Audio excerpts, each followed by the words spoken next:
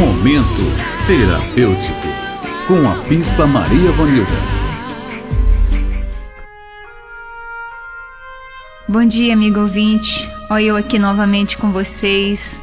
Que coisa boa é saber que do outro lado tem pessoas tão especial nos ouvindo com muito carinho, com muito amor. Eu tenho agradecido muito a Deus por esta oportunidade, até mesmo a oportunidade de conhecer alguns de vocês. Alguns têm nos procurado, têm telefonado, têm ido até a nós e têm nos dado retorno que nos alegra, porque eu tenho dito a vocês, eu não consigo fazer nada que não tenha fruto, não tenha retorno. A palavra de Deus ela é muito clara, que nós conhecemos a árvore pelos frutos que elas têm, que elas dão. E eu agradeço muito a Deus porque eu tenho visto o fruto deste programa. E o fruto é a sua vida transformada, é a sua vida restaurada, é a sua vida diante do Senhor. E eu quero falar com vocês de algo muito interessante, que nós temos visto que tem trazido a nós muitas doenças, que é a doença na alma. O que adoece a nossa alma? A alma é algo muito interessante e talvez você fale assim, Bispo, por que você fala tanto de alma? Eu falo de alma porque é algo que Deus me chamou para isso, é algo que Deus colocou nas minhas mãos, é uma responsabilidade principalmente com a minha vida. Eu sou fruto da restauração emocional e eu sei o que é alma, uma ferida, eu sei o que é dor na alma. E eu louvo a Deus porque Deus, além de estar todos os dias me curando, Ele tem nos dado essa graça de estar sendo instrumento nas mãos dele para isso. E eu louvo a Deus por isso. Mas eu quero ler com você Marcos 7, 16, 19 e 21, que diz: pois a comida não entra em contato com o seu coração, apenas passa através do aparelho digestivo. Então ele acrescentou: e a mente que pode contaminar, porque de dentro do coração dos homens vêm os maus pensamentos de imoralidade, roubo, assassino. É interessante, quando a gente lê a palavra de Deus, a gente percebe nitidamente, o que realmente adoece a alma. E a gente vê que uma das ferramentas que adoece a alma, que a palavra nos diz, é o que nós pensamos.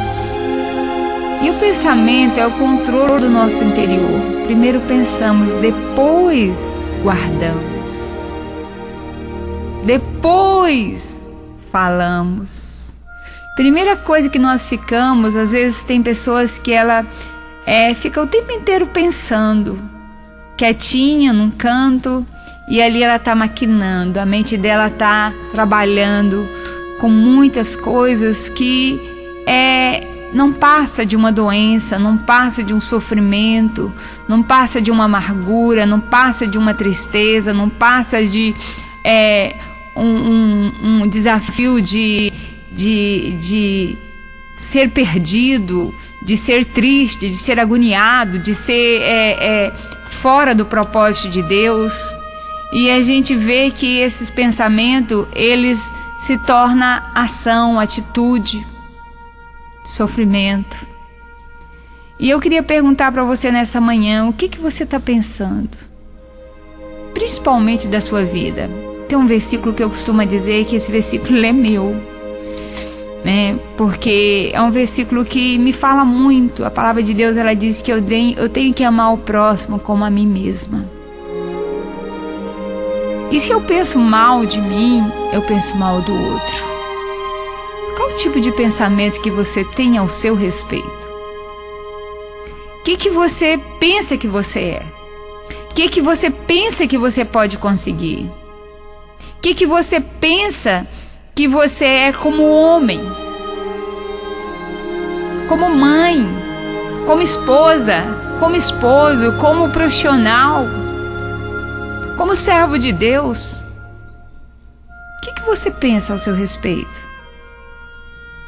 A palavra de Deus, ela diz que a alma de vocês não é prejudicada pelo que vocês comem, mas sim pelo que vocês pensam. E depois é a segunda ferramenta que eu vou estar falando, que o versículo acaba com ele, que diz o que vocês dizem. Que é a segunda ferramenta, é a fala. Por que a fala, bispo?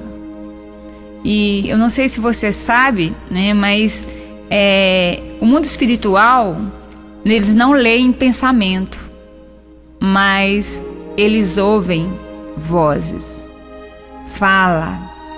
Então a sua fala, ela tem poder, e ela tem poder para construir, e ela tem poder para destruir. E por incrível que pareça, a maioria das pessoas, elas falam para destruir e não para construir. Elas já acordam dizendo que dia terrível.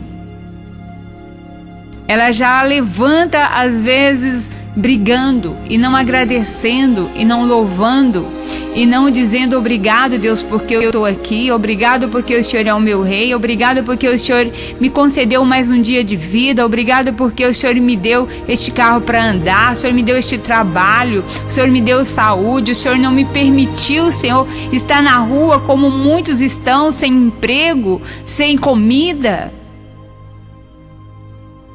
Eu fico às vezes olhando e meu coração dói muito quando eu passo pelas ruas, que eu vejo as pessoas passando necessidade. Às vezes bate a porta da minha casa me pedindo um prato de comida.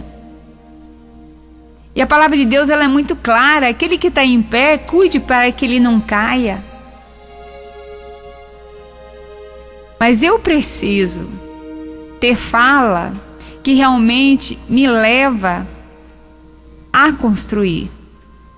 Falas que me levam a realmente a ver os resultados bons, a ver, né, o crescimento.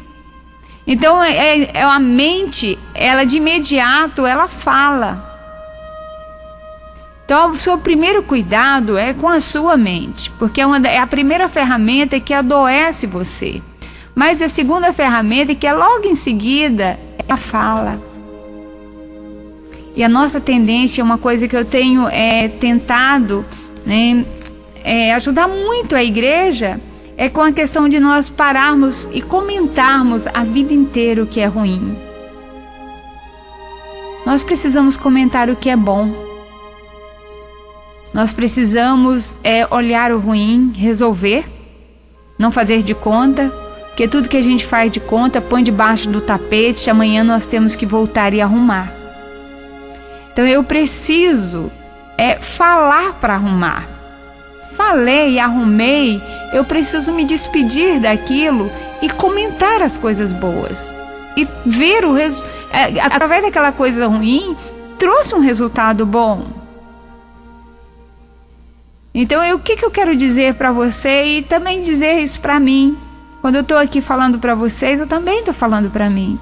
Nós precisamos mudar as nossas falas, com filhos, com marido. Eu vejo muitas mulheres que oram pelo marido todos os dias para Deus fazer, e quando ela fala do marido, ela fala: esse marido não tem jeito. O que adiantou você orar? Né? O que você tem que chegar e dizer? Este marido ainda não tem jeito. Quando você diz este marido não tem jeito, você está afirmando, você está declarando.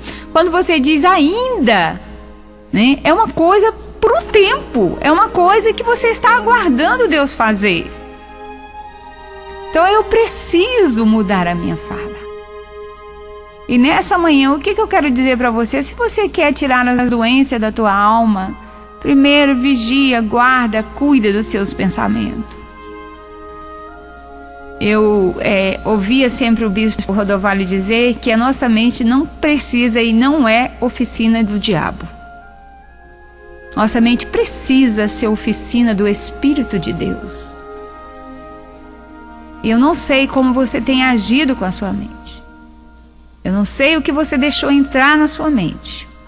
Como eu tenho pensado do meu esposo, como eu tenho pensado dos meus filhos, como eu tenho pensado dos meus vizinhos, do meu patrão, eu quero retirar estes pensamentos da minha mente. Então eu quero dizer para você, amigo ouvinte que está do outro lado, por favor, em nome de Jesus, mude essas duas coisas na tua vida. Vigie, guarde. E eu quero dizer para você, você é a pessoa que pode fazer isso. Porque Deus lhe ama tanto. E Ele tem propósito, Ele tem direção. Mas Ele precisa da sua alma, com esta mente, com esses lábios puro como os lábios e como a mente de Jesus Cristo. Então que Deus te abençoe. Até amanhã.